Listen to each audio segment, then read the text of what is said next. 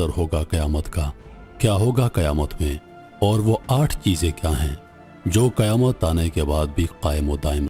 Reaction video के नाज़रीन, देखने वाले सुनने वाले अस्सलामु अलैकुम। आज फिर हम एक नई वीडियो के साथ हाजिर हैं। उम्मीद करता हूं कि ये वीडियो भी बाकी वीडियो की तरह आप लोगों को बहुत पसंद आ जाएगी। और आज की जो हमारी वीडियो है क़यामत और इसराफील अलैहिस्सलाम की क़यामत के बाद कौन सी 8 चीजें बाकी रहेंगी। तो दोस्तों इस वीडियो पे हम रिएक्शन दे रहे, तो चलो चलते हैं वीडियो की तरफ। मोहतरम नाजरीन, क़यामत का नाम सुना होगा, क़यामत का तस्वुर आप दोस्तों ने किया होगा।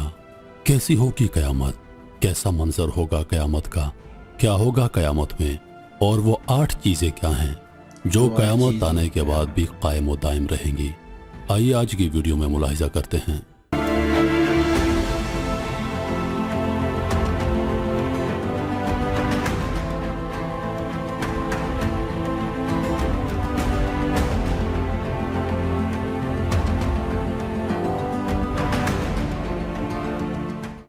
अल्लाह ताला की बारगाह में 4 मुकर्रब और बड़े फरिश्ते हैं जिनके नाम इसराफील, जिब्राइल, मिकाइल और इज़राइल अलैहिस्सलाम हैं, कि जिन्हें रऊसुल मलाइका भी कहा जाता है।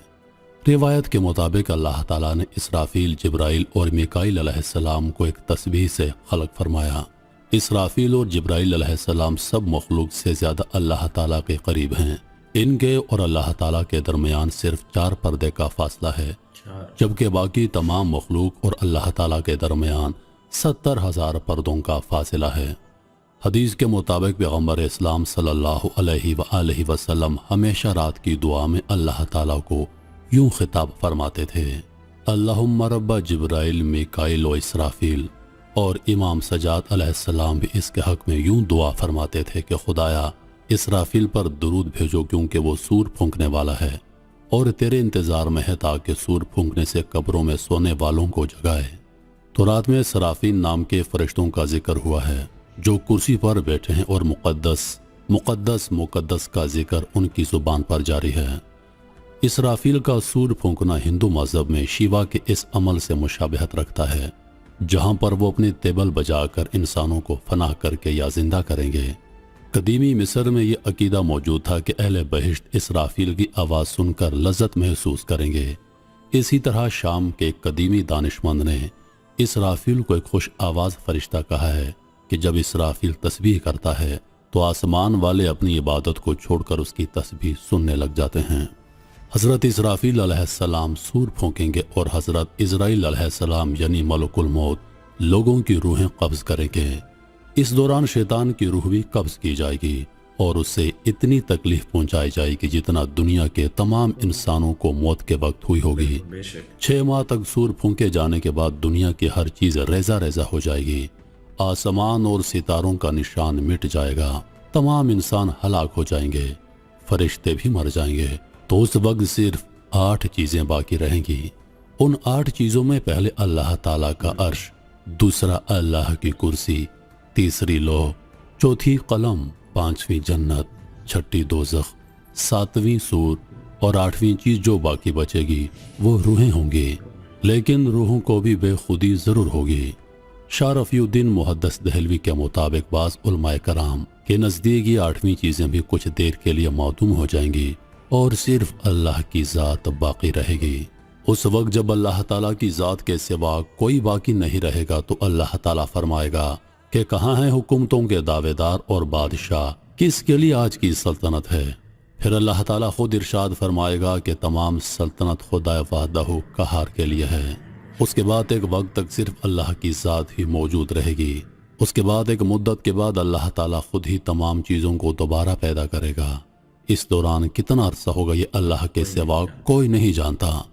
ज़मीन उस वक्त ऐसी होगी कि उसमें इमारतों, दरख्तों, पहाड़ों और समुद्रों वगैरह का निशान तक नहीं होगा। उसके बाद जिस जिस मुकाम पर से लोगों को अल्लाह ताला चाहेगा वहीं से उनको दोबारा जिंदा करेगा। इंसानों को दोबारा जिंदा करने का तरीका यह होगा कि पहले उनकी रीढ़ की हड्डियों को जिंदा किया जाएगा और फिर उनके जिस्मों के बाकी अज़ा को उससे जोड़ दिया जाएगा। जब तमाम जिस्म तैयार हो जाएंगे तो सब रूहों को सूर में रखा जाएगा।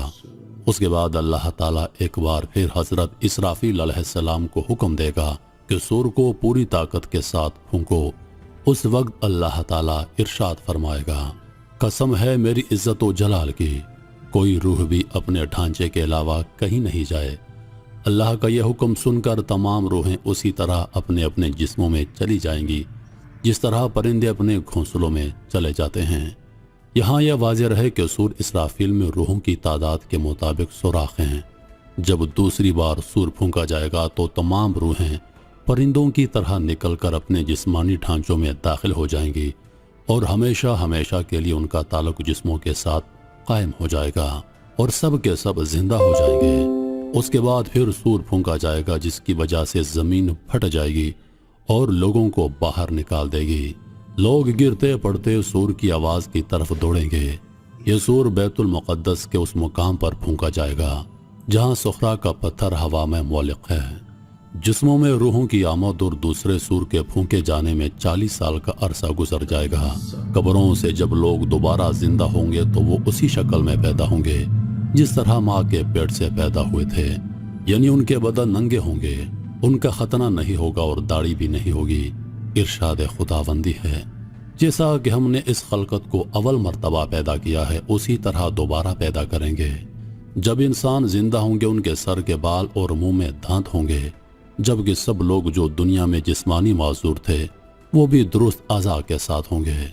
सही मुस्लिम की रिवायत है कि सबसे पहले ज़मीन में से हज़रत मोहम्मद मुस्तफ़ा सल्लल्लाहु अलैहि वसल्लम उठेंगे, उसके बाद हज़रत ईसा अलैहिस्सलाम और उसके बाद जगह जगह से अंबिया अलैहिस्सलाम उठेंगे, उसके बाद सिद्दीकीन, शुहदा और सालिहीन उठेंगे, उसके बाद मोमिनीन, फिर फासिकीन, फिर कुफार थोड़ी थोड़ी देर बाद एक दूसरे के बाद बरामद होंगे।